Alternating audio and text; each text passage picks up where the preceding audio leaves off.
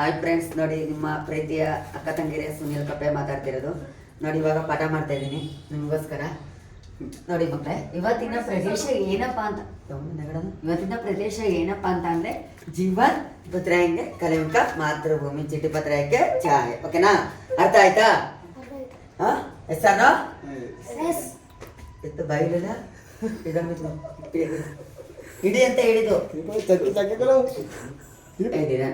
Homework ಮಾಡಬೇಕು. ಆಯ್ತಾ? ಈ ಕಡೆ ಜ್ಞಾನ ಬೇಕು, ಅಲ್ಲೇ ಕಿಟಕಿಲ್ಲ ನೋಡ್ರಿ ನಿಮಗೆ. ಓಕೆ, ತಗೊಬನ್ನಿ ಹೋಮ್ವರ್ಕ್ ಮಾಡೋಣ.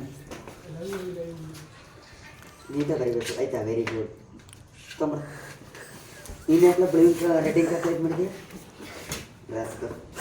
ಆಯ್ತು, ರೆಡ್ಡಿಂಗ್ ಬಿಸ್ನೆಸ್ ಅಲ್ಲಿ ಹಿಂಗೆ ನೋಡ. ಆಯ್ತಾ? Very good.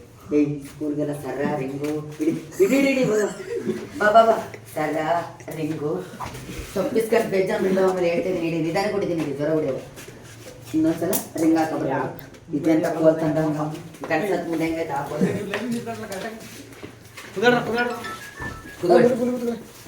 ಓಕೆನಾ? ನೋಡಿ, ಘಟಕ ಪುಸ್ತಕ ನೋಡ್ರಿ. ಘಟಕ 4 ಪದ್ಯ 15. ಓಕೆನಾ? ನಾವು ಏನಪ್ಪಾ ಅಂತಂದ್ರೆ ಶಕ್ತಿ ಇದ್ರೆ ಕೆಲಸವನ್ನ ಮಾಡ್ಬೋದು. ಓಕೆನಾ? ಆ ಶಕ್ತಿ ಮತ್ತೆ ಶಕ್ತಿ. ನಾವು ತಿನ್ನುವಂತ ಆಹಾರಗಳು ಯಾವ್ಯಾವು ಹೇಳಿ? ಹೇಳ್ರೋ? ಗೊತ್ತಿಲ್ಲ. ಅದಕ್ಕೆ ಹೇಳೋದು, ಕುತ್ಕೊಂಡು ಓದಬೇಕು, ಮನೆಯಲ್ಲಿ ಕುತ್ಕೊಂಡು ಓದಬೇಕು, ಬರಿಬೇಕು. ಓಕೆನಾ? ನಾವು ತಿನ್ನುವಂತ ಆಹಾರಗಳೇನು? ಸಸ್ಯಾಹಾರಿ, ಮಾಂಸ.